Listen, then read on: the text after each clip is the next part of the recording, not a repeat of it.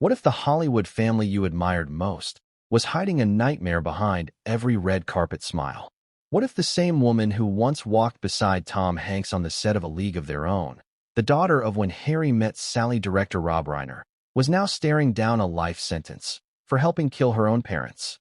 And what if the only reason we even found out the truth was because the youngest Reiner, Romy, saw something no one else dared admit? Because that's what this story is about. Before we continue, please hit the like button, subscribe to the channel, and turn on the notification bell for updates. Not fame, not legacy, not even murder. It's about silence, secrets, and what happens when loyalty turns lethal. Let's take you back to Sunday night, December 14th, Brentwood, Southern California, just after midnight. The Reiner estate is quiet. Too quiet. The $13.5 million property, tucked into one of Los Angeles's most exclusive neighborhoods, should have been preparing for the holidays. Fairy lights blinked along the hedges. A wreath hung, untouched, on the oak-paneled front door. To anyone driving by, it looked like a picture of peace. But inside the home, a horror no Christmas movie could prepare you for. Rob Reiner, 78, dead, stabbed multiple times in the chest. His wife, Michelle Singer Reiner, 70, also dead. Brutal sharp force trauma. Defensive wounds on her arms. Signs of a struggle. And the person who found them? Not the housekeeper. Not the police. But their 27-year-old daughter, Romy. And here's where things go from devastating to chilling. According to initial police reports, Romy entered the home after trying to reach her parents for hours. She'd spent the earlier part of the day with friends, but something felt off. A missed lunch. Unanswered calls. A text from her father left on read. She used her spare key. And what she walked into, she'll never forget. The bodies. The blood. The silence. And then, something strange. The house hadn't been broken into. There were no signs of forced entry. Nothing was stolen. No windows smashed. No door ajar. So what happened? Let me ask you. When a locked house is the scene of a double homicide, who becomes suspect number one? Someone with access. And in this case, there were only three. Nick Reiner, their 32-year-old son, living in the guest house. Tracy Reiner, their older daughter, visiting from out of state. And Romy, the girl who made the call. Now pause right there. Think about that. Imagine the trauma of losing your parents in such a brutal, sudden way. Now imagine watching as police begin to suspect you. Or worse, the people you love. That's what Romy faced. A media storm. An invasive investigation. Endless questions. Cameras in her face before she could even process what she'd witnessed. But what she told police that night. That's when everything changed. Because Romy didn't just find the bodies. She named a suspect. A dangerous family member, in her words. One she said had a long history of manipulation, control, and emotional abuse. But here's the twist. She didn't name Nick. Not at first. She named Tracy. Yes, Tracy Reiner. Hollywood actress. Mother. The adopted daughter of Rob Reiner and Penny Marshall. A woman with decades of credits under her belt. The idea that she could be involved in something like this? Unthinkable. Until the evidence started to pile up. Let me be clear. Tracy didn't plunge the knife, at least not according to the prosecution. But what she did, allegedly, may have made the murders possible. She had access. She knew her parents' routine. She'd had screaming matches with Rob in the past, witnessed by neighbors, friends, even family members. And according to one inside source, Rob had been planning to cut her off financially in the new year. Suddenly, motive emerges. But you know what's even stranger? Tracy wasn't even the first Reiner arrested. That would be Nick. Yes, the youngest son, long troubled, long protected. A man with his own complicated past. He was arrested the night of the murders, found wandering the backyard of the estate, barefoot, incoherent, blood on his shirt. That's the headline the world saw. Reiner's son arrested in parents' double murder. But behind that headline was something darker, something more disturbing. Because by the time Tracy was brought in for questioning, police already had doubts about Nick's confession. It didn't quite add up. His story changed. The timeline shifted. There were inconsistencies, gaps. And when detectives pulled phone records, surveillance footage, and security logs, a different figure began to emerge. One who was present at the house that night. One who lied about where she was. One who left behind traces that couldn't be explained away. Tracy, And when the trial began, all eyes were on her. This wasn't just a case of murder. It was a case of betrayal, legacy, and the destruction of a family that once stood as Hollywood's moral compass. Because Rob Reiner wasn't just another celebrity. He was Rob Reiner, director of Stand By Me, the mind behind The Princess Bride, the man who made you cry, laugh, believe in love. And Michelle? More than just the wife. A celebrated photographer, a fierce advocate, a quiet powerhouse. Together, they were a team, a Hollywood love story, an institution, now reduced to a case number, a courtroom photo, a memory. Let that sink in. How does a family that built its name on storytelling end in such a horrific, unspeakable plot twist? Well, that's what we're about to uncover. Because this isn't just a whodunit. It's a whydunit. A how could they? It's the unraveling of one of Hollywood's most respected dynasties. Over the next hour, we're going to pull back the velvet curtain and walk you through every twist, every clue, every betrayal. From the final family dinner, to the eerie silence of the guest house, to a basement box that should have never existed, to the missing 13 minutes of security footage that may hold the final answer. We'll meet detectives who risked their careers, family members who broke ranks, a courtroom stunned into silence, and one daughter, Romy, who risked everything to speak the truth. But I have to warn you, what you're about to hear will change the way you look at Hollywood forever, because sometimes fairy tales end in blood, and sometimes the villain is the last person you'd ever expect. Coming up, what happened the night of December 14th at the Reiner mansion, and what chilling piece of evidence did police discover in a locked guest house trunk? You're not going to believe what they found. But first, let's rewind to the night before the murders, where everything started to fall apart. What do you say to someone when you sense it might be the last time you'll ever sit across from them?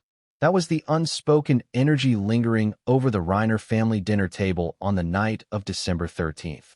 Tension disguised as small talk, smiles that didn't quite reach the eyes, knives scraping plates just a little too hard, everyone playing their part.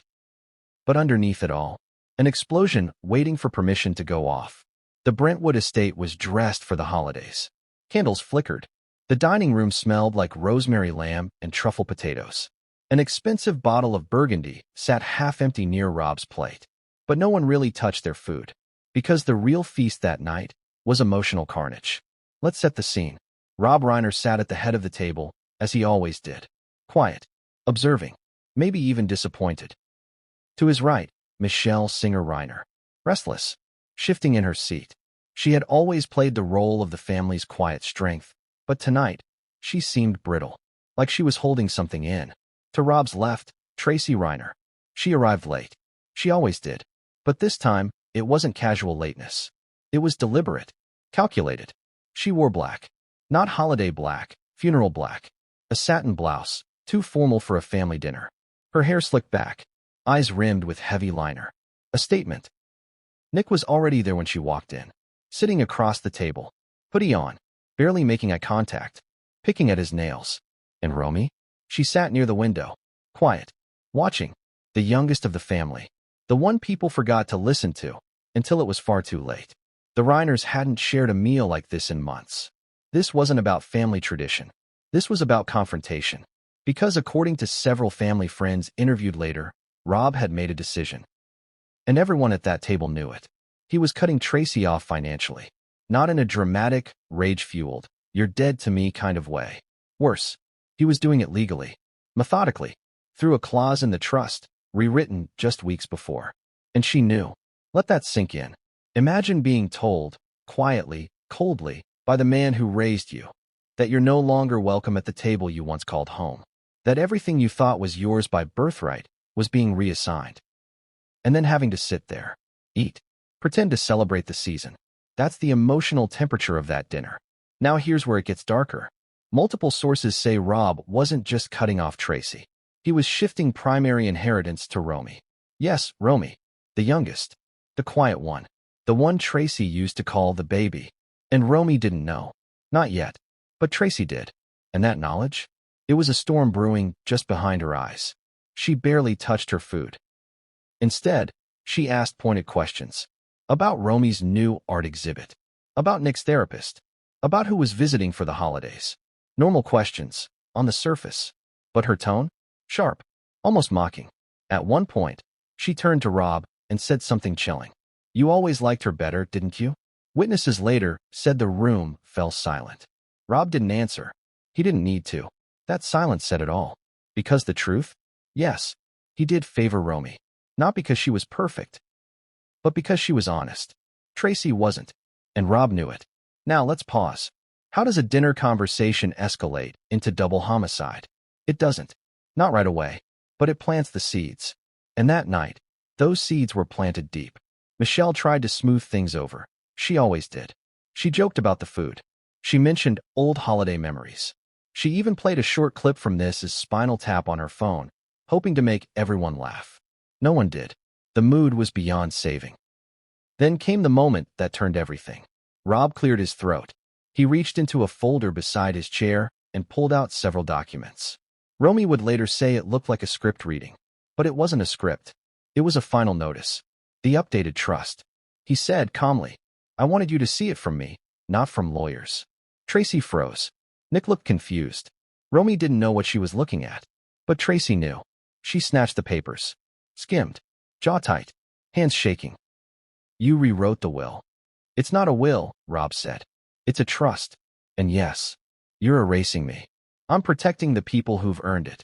The air cracked. Silence again. But this time, not stunned. Simmering. Romy reportedly whispered, Dad, maybe not tonight. But it was too late. Tracy stood up. Her chair scraped violently against the hardwood.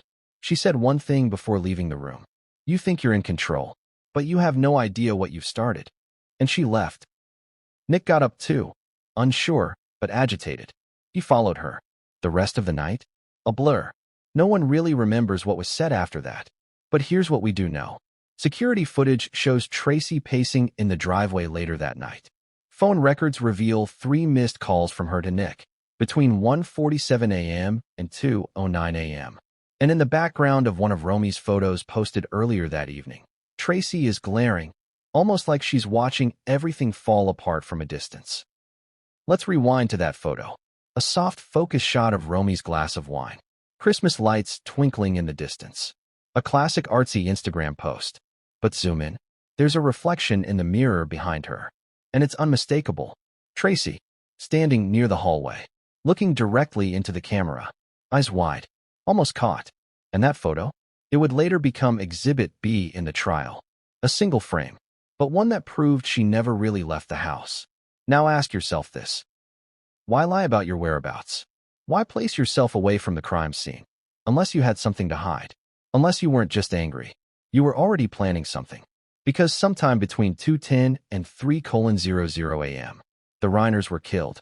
Multiple stab wounds. No signs of struggle downstairs. But upstairs? Chaos.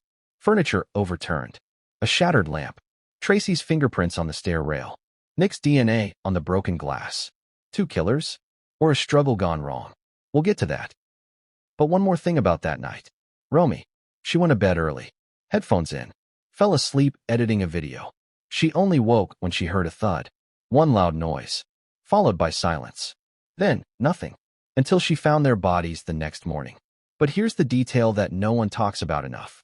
At 3:17 a.m., Tracy's phone pinged near the garden gate.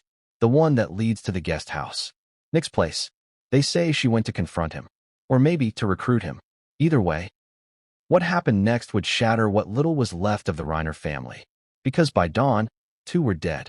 One was dazed, and one was gone. But Tracy didn't run. She came back to the estate at 6:41 a.m., claimed she'd left her scarf, and when asked why she returned, she said, I just felt like something was wrong. Was it guilt? Was it cleanup? Or was it part of the plan? We don't have all those answers. But we do have what happened next. Because when police arrived, they didn't expect what Romy would say. And they definitely didn't expect what they'd find buried beneath Nick's guest house. But we'll get there. Because the real horror of this case wasn't what happened during the murders. It was what came after. The lies. The blame. The one moment that turned suspicion into certainty. And that moment started with the opening of a single locked trunk. Have you ever walked into a room and immediately known something was wrong? Not just out of place. Not just messy. But wrong. That's exactly what Romy Reiner felt the moment her feet crossed the threshold of her childhood home's master bedroom. And she would never feel right again. Because it wasn't just a scene of chaos she walked into. It was a crime scene soaked in blood, betrayal, and secrets. But how did we get there? Let's rewind just a few hours. It was past 3 a.m. when Romy jolted awake. The house was quiet. Too quiet. And then came the sound that would haunt her for the rest of her life. A sharp thud, then dragging, then silence. Not the kind of silence you ignore. The kind that makes your stomach drop before your brain even knows why. She paused her music, took off her headphones, listened. Nothing. And then came the smell. Blood has a smell, you know. It's metallic, thick, like pennies soaked in vinegar. Once you've smelled it, you never forget. Romy sat up in bed. She called out, softly at first. Mom. No answer. She tried again. Dad. Still nothing. She stood, heart racing. The hallway outside her bedroom was dark, save for the faint orange glow of the nightlight near the stairs. Barefoot, wearing only a t-shirt and leggings, she tiptoed toward the main hall. As she descended the stairs, something else hit her. The front door was slightly ajar. Strange. Her dad always triple-locked it. At the bottom of the stairs, she noticed a trail. At first, she thought it was wine. But then she saw the handprint. Pressed against the wall. Dark. Wet. Red. And that's when she started to shake. She picked up her pace. Past the dining room. Past the glass cabinets. Past the fireplace where Christmas stockings still hung like they were waiting for Santa. Then she saw it. The door to the master bedroom, cracked open. Just enough to see that something was very, very wrong inside. The carpet outside was soaked. Her father's slipper lay sideways in the hallway. And inside the room, chaos. Furniture overturned. Lamp shattered. Michelle's favorite necklace, broken, on the floor. And there, between the bed and the bathroom door, Rob, unmoving, covered in blood, eyes open, staring at the ceiling like he'd seen the devil himself. Romy gasped, but no scream came. She rushed in, and then saw her mother. Michelle was curled in the corner, hands still gripping a lamp cord. Blood smeared across her blouse. She'd fought, hard, but lost. Both parents, gone. Romy dropped to her knees. She reached for her dad, but instinctively pulled back. The warmth was gone. His chest still. That's when she screamed. A sound so loud, so primal, that it woke the neighbors. And one of them, luckily, was already calling 911 before she could even find her phone. What Romy didn't know then. The moment she screamed, a chain reaction began. Because not only had a double homicide just occurred in one of the most protected neighborhoods in Los Angeles, it had happened inside the home of Hollywood royalty. And the suspect was still on the property. Let that sink in. Police arrived in under 5 minutes. They didn't need to break in. The door was still ajar. The first officer on scene, Detective Serena Alvarez, later said, I've seen a lot of crime scenes, but this one felt personal. Rage. Not random. You could feel it in the air. She found Romy shaking on the floor, hyperventilating, screaming the same thing over and over. They were murdered. They were murdered. Officer Alvarez called for backup. The property was locked down. Every exit monitored. And then, they found Nick. In the backyard, sitting cross-legged on the grass. In a daze. Blood on his sleeves. Shoes missing. When questioned, he said 5 words that made no sense at the time. I tried to stop her. Stop who? Officers handcuffed him immediately. He didn't resist. He just stared at the garden gate, like he was waiting for someone to come back. That someone was Tracy, but we'll get to her in a moment. Because what happened in the next hour would shift suspicion, spark outrage, and throw Romy into a tailspin of disbelief. Back inside the house, forensic teams got to work. They noted the distinct lack of forced entry. They also noted that the Reiner's state-of-the-art security system had been disabled manually from inside. That's right. Someone who knew the code, the wiring, the layout, a family member. They found blood trails leading from the bedroom to the staircase, and another trail leading away from the house, toward the guest house. Nick's place. Inside his space, things were strangely tidy. Except for one thing. The bathroom sink. Red water. A damp towel. Razor blades in the bin. But no weapon. Still, there was no sign of anyone else. Until they reviewed the guest house entry logs. A keycard had been used at 2:47 a.m. Not Nick's. Tracy's. She had returned. Despite claiming she left at 11:45 p.m., the system showed her badge used the guest house door nearly 3 hours later. She lied, and that lie would unravel her entire defense. By 6:30 a.m., she returned to the main house. Calm, clean, collected, told officers she just had a bad feeling and wanted to check on her parents. She claimed she hadn't seen or heard anything. She claimed she was asleep at a hotel downtown. And yet, she offered no hotel key. No timestamp, no rideshare logs, just her word. But Romy wasn't buying it. Because earlier that week, she'd read something in her father's planner. A note scribbled next to December 14th. T confrontation. Stay calm. Lock docs. She didn't know what it meant then. But now, she was sure. Tracy had motive. And quite possibly an accomplice. Here's where things twist. While Nick sat in custody, and Tracy tried to charm detectives, a technician discovered something disturbing. The estate's hardwired security cameras had a 13-minute gap in footage. From 2:39 a.m. to 2:52 a.m., exactly when the murders occurred. The system hadn't glitched. It had been shut off, then turned back on. Manually. By someone inside. Someone who knew how. Again, Tracy. A filmmaker. A director. A Reiner. She knew where the cameras were. How they worked. She'd filmed in that house before. She'd even helped set up the system. And then came the kicker. Inside Rob's study, detectives found a piece of evidence that changed everything. A voicemail, left at 2:44 a.m. from Rob to his lawyer. The message? Slurred, panicked, brief. Tracy's here. She knows. I think she. It cut off. But that was all the prosecution needed. A voice, a timestamp, a warning, and then silence. Rob never finished that call. Because just minutes later, he was dead. So now, let's ask the question you've probably been screaming since the beginning. Why? Why would Tracy do it?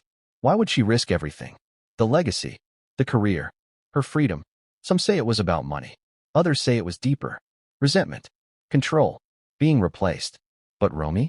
She said something different. She told police. Tracy always said that if she couldn't control the family, she'd destroy it. I thought she was joking. I was wrong. And Nick? To this day, he claims he tried to stop her. That she came to his guest house. That she cried. That she begged for help. That she said, "They're going to erase me." But the question remains. Did he help? Did he stab? Did he plan? Because if so, this wasn't just a crime of passion. It was conspiracy. And the evidence was waiting. Not in the house. Not in the bedroom. But beneath the floorboards of the guest house. In a trunk locked tight since the night of the murders. And what was inside would shake the investigation wide open. Who do you trust when everyone in your family could be a killer? That was the question detectives faced the morning after the Reiner double homicide. And at the center of it all was one man. One shadowy figure who, for years, had danced on the edge of the spotlight, barely holding it together. Nick Reiner, the youngest son, the problem child, the recovering addict, the enigma, and the one person who might have known the truth all along. But here's where things get messy. Because in the beginning, no one was looking at Tracy.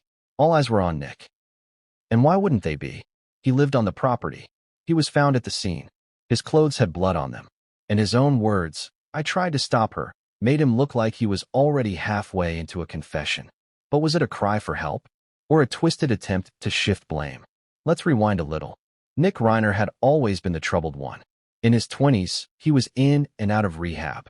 Battled opioid addiction. Rumored mental breakdowns. Whispers of violent outbursts. Quiet hushes from family friends.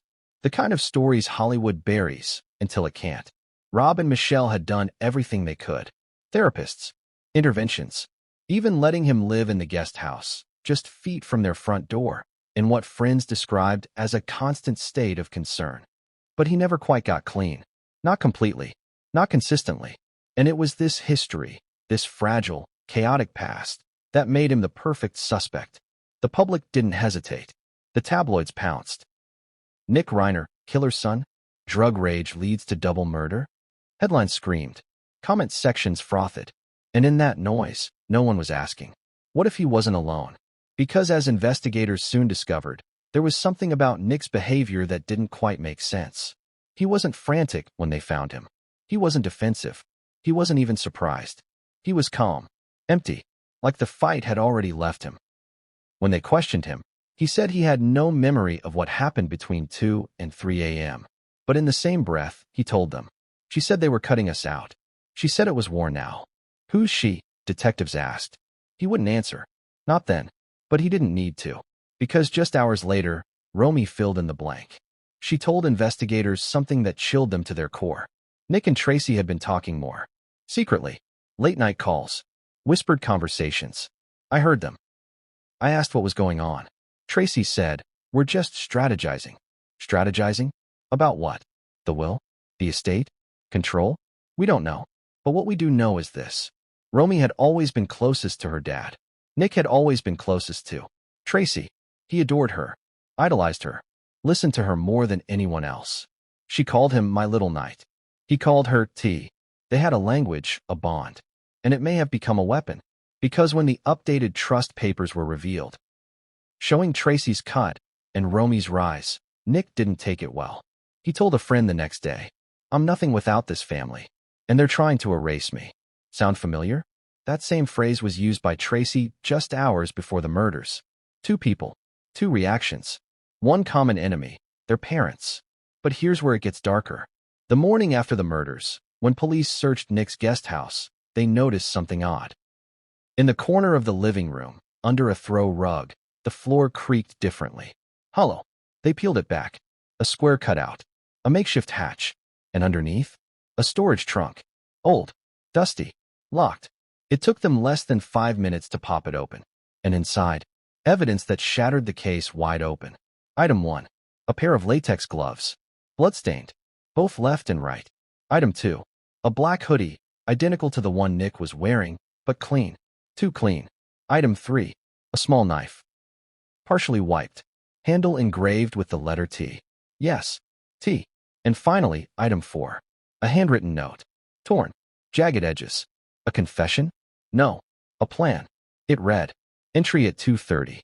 Cameras cut. Doors unlocked from inside. Take control of upstairs first. Leave no trace.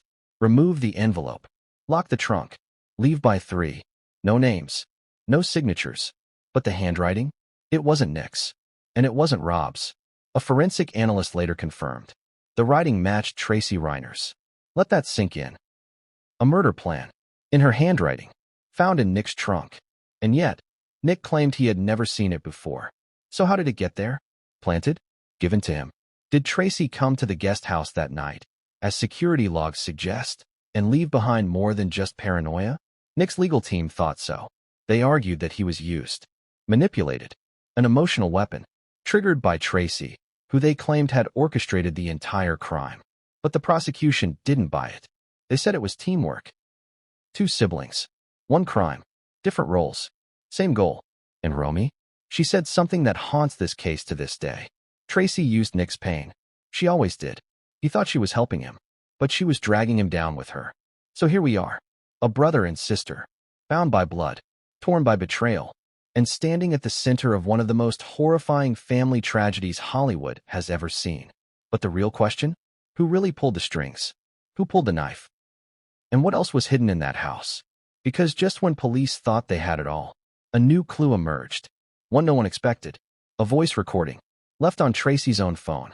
Never deleted. Accidentally backed up to the cloud. And when investigators played it, they heard something chilling. A whisper. Two voices. One male, one female. And a single sentence that turned the entire trial on its head. We go up together. Or we go down together. What would you do if you opened a box that held the key to your family's destruction? Would you close it? Pretend you never saw it? Or would you dare to dig deeper? Because that's exactly what happened when the forensic team returned to the Reiner estate. This time, with a search warrant that went beyond the bedrooms, beyond the guest house, beyond what they thought they already knew. They went downstairs, to the basement, a space most outsiders didn't even know existed. Because Rob Reiner's basement wasn't your typical Hollywood wine cellar or home gym. It was a vault. A literal, climate-controlled, fireproof, soundproof vault hidden behind a false wall near the laundry room. No windows, no signs, and no one but Rob, Michelle, and Tracy had the keypad code. Let that sink in. The vault wasn't listed in the blueprints submitted when the estate was built. It was added later, discreetly, privately, with no contractor names attached. Only a payment record. Cryptically labeled Archive Retreat Room. Archive? Retreat? Or hideaway? What was inside?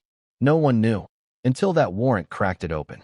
And when the metal door creaked and the team stepped in, even seasoned investigators were rattled.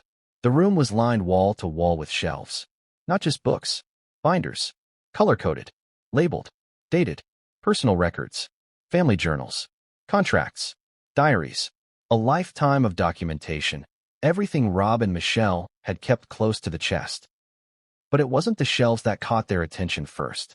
It was the box, positioned in the center of the room, like someone had prepared it, left it waiting, almost gift-wrapped in silence. It was matte black, reinforced corners, steel latches, a thick fingerprint lock that had already been disengaged recently. The lid was slightly ajar, and inside, hell, let's break it down. Item 1, a stack of letters, each one addressed to T, each one from Rob, over the course of 3 years. Painfully handwritten. Raw. Apologies. Please. Warnings. In one letter, dated 6 months before the murders, Rob wrote, "You scare your mother. I don't say that lightly. Your moods, your silence, your threats. I want to believe you're still our daughter, but the woman in front of us isn't the Tracy we raised. In another, we know what you're capable of, and we're tired of walking on eggshells." And then, one that read, "If anything happens to me or your mother, I want this box to speak for us." They were never mailed, never given, just stored, waiting. Item 2, a sealed envelope marked Will Prior Draft. This was key. It showed that, just 2 weeks before the final trust revision, Rob and Michelle had considered leaving everything to Tracy. Everything. But then, a sudden change. Notes scribbled in the margins. Too unstable. Talk to Romy. Or must take lead. It was a reversal. One that likely devastated Tracy, and explained her sudden coldness in the weeks before the murders. Item 3, a USB drive, labeled only, insurance. Its contents? Security footage, but not from the night of the murder. From 2 weeks earlier. It showed Tracy entering the vault, alone, at 3:14 a.m. She typed the code, walked in, spent 26 minutes inside, left with something under her coat. She knew where everything was. She'd been here before. But there was no record of what she took, only that she was inside, and that she hadn't told anyone. When investigators confronted her legal team with this footage, they claimed Tracy had every right. She was a family member. She was reviewing legacy materials. But then came item 4, and no excuse could cover it. Item 4, a bloodstained scarf, dark green, cashmere, monogrammed with the letter R. It was Romy's. She hadn't seen it in months. She thought she'd left it at a friend's. But here it was, in a locked box inside a secret vault. And the blood? Not hers. Rob's. Forensics confirmed it. The scarf had been used, possibly to clean a weapon, or to wipe fingerprints. But what was it doing in the vault? Who brought it there? And when? That's where the timeline began to crack. Because remember, the basement vault was locked. The last known access? Tracy, 3 nights before the murders. She had entered the house under the guise of a late-night talk with Michelle. She never mentioned the basement. But the key logs don't lie. She was down there. And when she left, the scarf was no longer in Romy's drawer. Let's pause. At this point in the investigation, what do we have? A plan found in Nick's guest house. A confession whispered on a voice note. And now, an actual, physical item tying Tracy to the crime scene. Still not enough? Then consider this. Item 5, a printed email. From Rob to his lawyer. Never sent. Drafted. Saved. Dated December 12th. 2 days before the murders. It read, "I fear my daughter may harm me. I've never said that before, but I've seen the look in her eyes. It's not sadness. It's not disappointment. It's intent. If something happens, please protect Romy." That was the nail in the coffin. Not in the courtroom, yet, but in the minds of detectives. There was no turning back. This wasn't just a family tragedy. This was premeditated, strategic, emotional murder. And Tracy was at the center. But if you think that's the worst of it, just wait. Because remember that USB? Inside, along with the surveillance footage, were recordings. Conversations between Rob and Michelle. Private, emotional, painful. One clip, labeled T Confrontation, caught the tail end of a screaming match. You can hear Rob say, "You threatened Romy. You said she'd pay. What does that even mean, Tracy?" And her response? Muffled, but clear. "You'll see. That was 6 days before the murders. And Romy never knew. She never knew her parents feared her sister. She never knew how close danger was. Until she walked into that room and saw the blood. So now the question becomes, if this evidence was sitting in a basement vault, why didn't Rob take it to police sooner? The answer? Maybe he still hoped for reconciliation. Maybe he didn't think it would go this far. What's more dangerous than a killer with a plan? A liar with something to lose. And when Tracy Reiner walked into the Brentwood precinct wearing a neatly pressed blazer and that familiar Hollywood composure, she thought she could charm her way through the interrogation room. She smiled. She spoke softly. She even made tea. But what she didn't know, what she couldn't know, is that her timeline had already begun to crumble, piece by piece, lie by lie. And the detectives? They were just waiting for her to bury herself. Let's start with what Tracy said. According to her initial statement, she left the Reiner estate at 11:45 p.m. on December 13th. She claimed she had a tense but civil dinner with the family, then left after an emotional disagreement with her father. She said she drove to a boutique hotel downtown, one she had booked that morning. She said she arrived, checked in, and spent the rest of the night watching old family films alone in her suite. Sounds neat, right? Problem was, none of it was true. Detectives began with the basics. First stop, the hotel. There was no reservation under her name. Not that night. Not that week. No record of check-in. No security footage showing her arrival. In fact, footage did show a woman who looked like Tracy entering around 12:15 a.m., but it wasn't her. It was another guest, verified by ID. Strike one. Next, traffic cameras. If Tracy had driven downtown at the time she claimed, she would have passed at least 2 major intersections with surveillance feeds. Detectives pulled the footage. License plate, not logged. Car, not spotted. But just after 2:14 a.m., a black Lexus matching hers was caught turning back into the Reiner neighborhood. Same model, same plates, time-stamped. Strike 2. Then came the phone records. Between 1:47 and 2:09 a.m., Tracy made 7 unanswered calls to Nick. Short, desperate. All placed within a 10-minute radius of the Reiner estate. And the last one lasted 23 seconds. It connected. No one knows what was said. Nick never revealed it. Tracy claimed she butt dialed. But who butt dials the same person 7 times? Strike 3. By the time detectives called her back for a second interview, they already had her cornered. And they were ready to pounce. Interrogation Room B. Tracy sits calmly, arms crossed, sipping water. Detective Marcus Bell leans forward. "We've pulled your hotel logs, Tracy. You weren't there." A pause. A tilt of the head. "That's strange," she says. "I booked it under a different name. I didn't want press attention." "Oh," Bell replies. "And what name would that be?"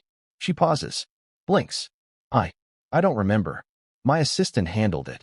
Bell smirks. "Funny. Your assistant says they were off that weekend. And the alias you used? Marcia May? That's the name of an adult film actress." Silence. A crack in the facade. Then, a forced laugh. "Well, maybe I was being cheeky." Bell doesn't blink. "And what about your car? Cameras show you returning to the neighborhood just after 2:10 a.m. Another pause. "I was worried. I had a weird feeling. I thought I'd left my scarf." "You didn't go inside the main house?" "No." "Didn't enter the guest house either?" She shakes her head. Too quickly. "No. I just drove by. I panicked. I left again." Bell drops the real bomb. "We have your keycard pinging the guest house at 2:47 a.m. Dead silence. She looks down, then up. "I wanted to talk to Nick. That's all." "About what?" "Family stuff. The trust. He was upset." "Did you bring anything with you?" "No." "Did you leave anything behind?" "No." He slides the photo across the table. The one of the black scarf. Stained. Folded in the basement box. This look familiar? She doesn't answer. He slides the second photo. The murder plan. Her handwriting. "Did you write this?" "No." "Forensic analysis says otherwise." She folds her arms tighter. "We found a note in your father's office. He said he was afraid of you." "That's absurd." "Is it?" She looks away. No tears. No emotion. Just calculation. Like she's not in an interrogation room. She's on a soundstage, waiting for her close-up. But here's the catch. This time, the script isn't hers to control. Because just then, Detective Alvarez enters, holding a laptop. She plays the voicemail from Rob, the one he left at 2:44 a.m. for his lawyer. Tracy's here. She knows. I think.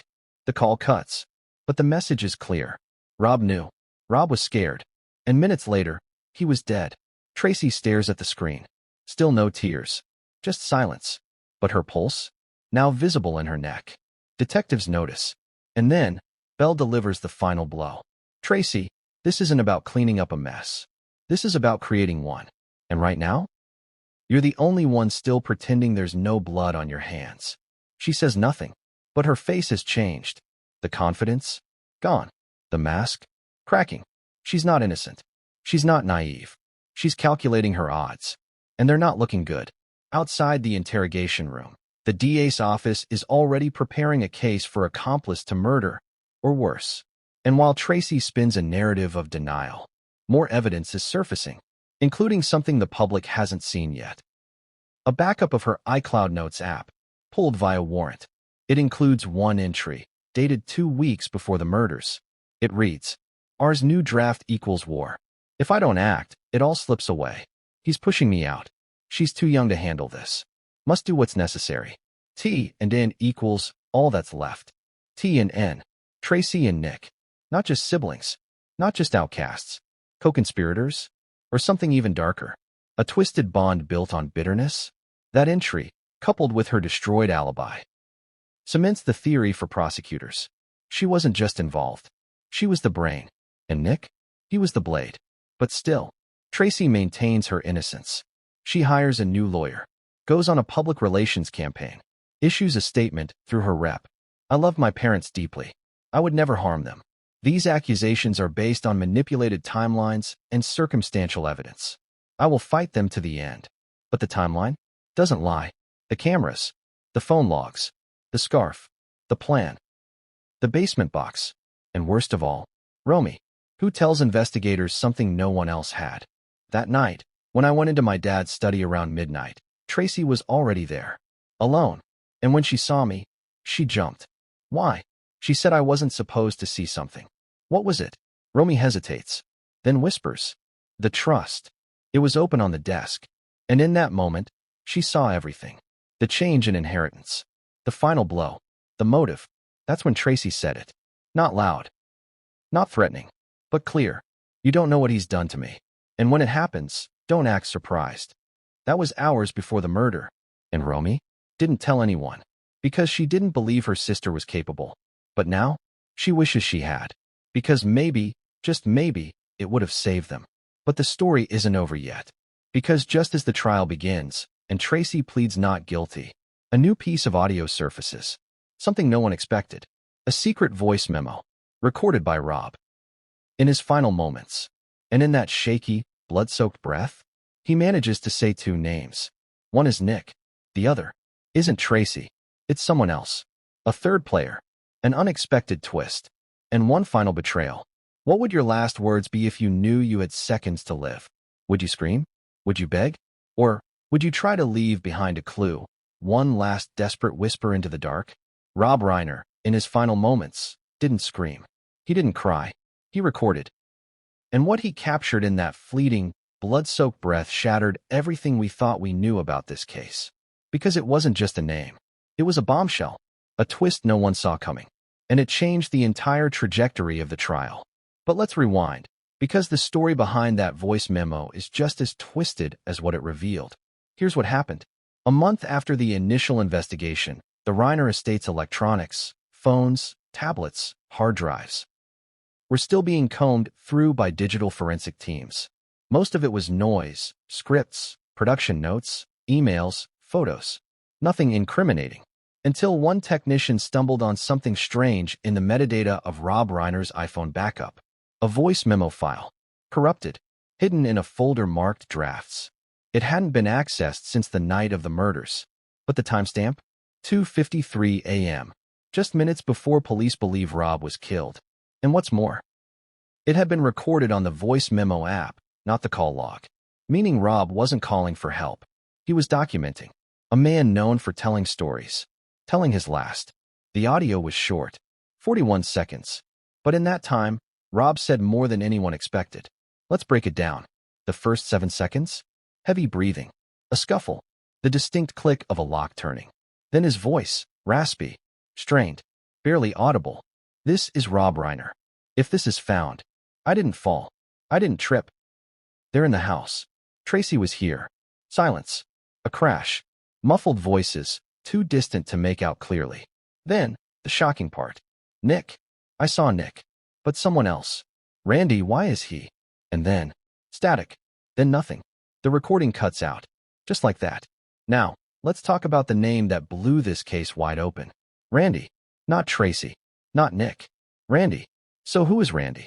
Turns out, he's not just some forgotten family friend. He's Randy Monroe. A name the public had never heard before, but the Reiner family knew him well. Randy was Rob's former business manager, a man with access to accounts, contracts, real estate portfolios. He was quietly fired in 2022 after a financial dispute, but no lawsuit was ever filed. Everything was kept quiet. Too quiet. But here's where it gets even darker. Just 3 weeks before the murders, Michelle allegedly told her sister something chilling. Rob thinks Randy's still pulling strings behind the scenes. He's spooked. Says Randy's got dirt on Tracy and Nick both. Something about overseas transfers. Her sister shrugged it off. But the memo proves one thing. Rob didn't shrug it off. He feared it. Enough to say Randy's name with his last breath. Investigators immediately launched a deep dive into Randy Monroe. What they found? Suspicious activity. Several large transfers. Over $250,000 each. Moved from a dormant Reiner business account to shell companies traced back to Monaco. Guess who co-signed those transactions? Tracy. Yes, Tracy. And when pressed, she claimed it was legacy business her father authorized. Problem is, Rob didn't authorize it. His signature had been forged. And guess whose email requested the bank release the funds? Randy's. It was all starting to make sense. This wasn't just about inheritance. This wasn't just about jealousy. This was about a coordinated financial betrayal, and the lengths people will go to cover their tracks. Now let's go back to the voice memo. Digital analysts enhanced the background audio, and in the final 5 seconds, just before it cuts out, you hear it. A voice yelling. Male. Aggressive. The words? You weren't supposed to see that. Then, glass breaking. Then silence. That voice. Not Nick. Not Rob. Not even Randy. But the match? It came back as Tracy. Screaming. Panicked. Caught in the act. So let's step back. Rob was stabbed. His wife attacked. Tracy was seen re-entering the house. Nick was incoherent. Randy was supposedly gone from the Reiner family. But suddenly, all roads lead back to him. So how did Randy respond? He vanished. Left Los Angeles just 2 days after the murder. Flew to Belize. Stayed off the grid for weeks. By the time a warrant was issued, he'd lawyered up and gone completely silent. But there's more. Remember the missing 13 minutes of surveillance footage? Security teams found signs that the hard drive had been remotely accessed from an external IP address. That address belonged to Randy's office. That's not speculation. That's fact. He had remote access to the Reiner home's internal systems. He had motive. And now, thanks to Rob's final voice memo, he was on record, not just as a suspect, but as someone who shouldn't have been there. Let's go back to that haunting quote. Nick. I saw Nick. But someone else. Randy, why is he? Why was Randy there? What was he trying to destroy? What had Rob seen that he wasn't supposed to? Some believe it was a folder in the vault. Some believe it was a burner phone. But whatever it was, it led to 2 people being stabbed and 1 voice memo the killers never knew existed. Until now. This revelation sent shockwaves through the courtroom. Because suddenly, Tracy's defense fell apart. She wasn't a misguided daughter. She was a co-conspirator. A puppet. Or worse, the one pulling the strings. Nick's defense team seized the opportunity. They argued that Nick was manipulated by both his sister and Randy. That he was emotionally blackmailed, spiraling from medication, and unaware of the full plan. And the evidence?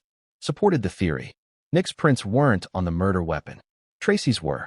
Randy's DNA was found, faint, but present, on the basement doorknob. And Rob's own voice, shaky and afraid, named them both. That voice memo. It was the emotional climax of the trial, played in front of a silent courtroom. Gasps, tears, and one audible sob from Romy, because in that final whisper, her father had done the one thing no one thought possible. He told the truth. He left a breadcrumb trail, and it led straight to the people he feared most. So now, the case wasn't just about murder. It was about conspiracy, fraud, cover-ups, and family betrayal on a level no Hollywood screenplay could dream up. But we're still not done. Because just when it seemed the walls had closed in around Tracy and Randy, one more witness came forward. One who had remained quiet. One who had everything to lose. And her testimony would set the courtroom on fire. They say the camera doesn't lie. But what if it flies? Hovering above, silent and unnoticed, watching the very moment a family implodes. That's exactly what happened in the quiet hours of December 14th. Because while Rob Reiner lay dying inside his Brentwood mansion, there was a silent witness circling overhead. Not a person, not a cop, a drone, a small recreational drone, piloted by a tech-savvy neighbor who had no idea he was about to capture the most crucial evidence in the entire case. And what it revealed not only confirmed Rob's final voice memo, it shattered Tracy's entire defense. Let's go back. The drone belonged to Tyler Finch, 32, web developer, drone enthusiast, lived 2 houses down. That night, around 2:30 a.m., he launched his drone, purely out of boredom. He often flew it to test out night vision settings, usually over the street or local park. But that night, something strange drew him toward the Reiner estate. Maybe it was the sudden flicker of lights. Maybe it was the shouting he thought he heard in the wind. Either way, he turned the drone's lens toward the massive $13.5 million mansion. The recording began at 2:42 a.m., and what it captured stunned prosecutors, defense attorneys, and viewers across the world. Let's break down the footage. 2:42 and 17 seconds a.m. The drone stabilizes, zooming in on the Reiner estate's second floor. The curtains to the master bedroom are partially open. A figure is seen, moving quickly, wearing dark clothing. 2:42 and 39 seconds a.m. A shadow crosses the hall. Another person, distinctly smaller, possibly female. There's a brief flash of light, possibly a cell phone screen or flashlight. 2:43 and 1 second a.m. The back door to the guest house opens. A third figure steps out, looks around, and returns inside. Based on timestamps and positions, this figure matches Nick Reiner's build and clothing. 2:43 and 58 seconds a.m. The second floor lights shut off. Everything goes dark. 2:46 and 10 seconds a.m. Suddenly, movement on the side of the house. The drone captures a woman, clearly visible now, wearing a designer coat with a unique shimmer. A coat later confirmed to be Tracy Reiner's, a custom silver-threaded trench only worn at high-profile events. She's holding something in her right hand. It glints, sharp, metallic, and then she steps back toward the house. 2:47 and 22 seconds a.m. The basement door creaks open. Tracy disappears inside. The door closes. 2:53 and 3 seconds a.m. A burst of movement at the master bedroom window.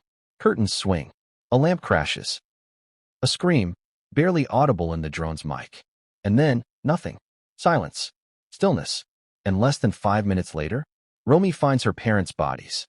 That footage, nearly 11 minutes long, was handed over to police after Tyler, horrified by the news coverage the next day, reviewed his recording. He didn't even realize what he had captured. He just thought something felt off. When detectives reviewed the clip, it was the smoking gun.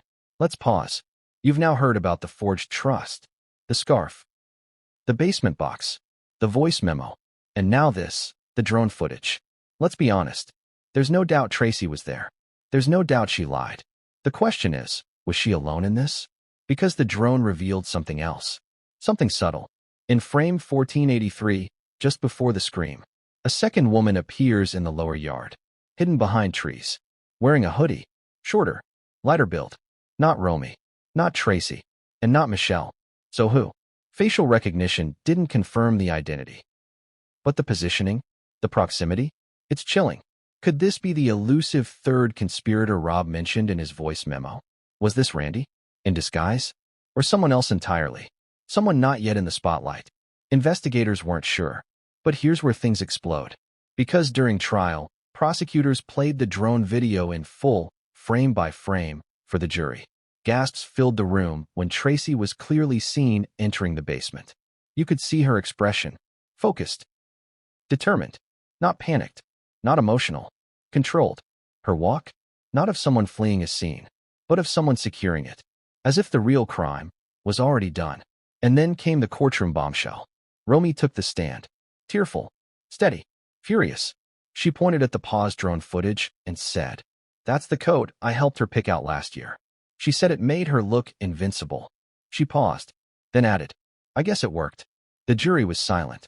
Tracy, stone-faced, refused to look at her sister. Defense attorneys tried to dismiss the footage. They argued low resolution. They questioned shadows. They claimed Tracy was framed or the footage was misinterpreted. But the code? Undeniable. The timestamps? Matched perfectly with Rob's voice memo. The drone didn't lie, but there was one more twist. Remember that figure in the backyard? The second woman? Investigators found a single strand of blonde hair on a tree branch just outside the guest house. DNA test? Not a match to Tracy. Not a match to Romy. But a match to Randy Monroe's personal assistant. A woman named Leanne Draper. A former junior producer. A quiet background figure. Rarely seen. Rarely photographed. But the day after the murder, she disappeared, quit her job, left her apartment, and hasn't been found since.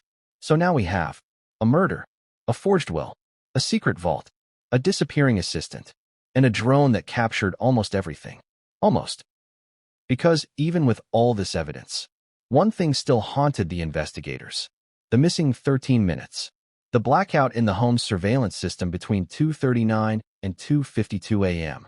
Exactly when the murders happened. Exactly when Rob left his final voice memo. That gap? Still unexplained. The drone helps, but it doesn't cover every angle. It doesn't show inside the house. And that's where the real horror played out.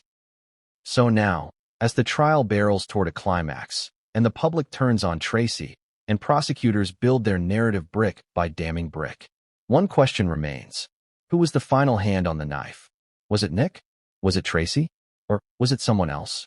Because if Randy and Leanne were involved, and if they were never charged, then justice is still hanging in the air.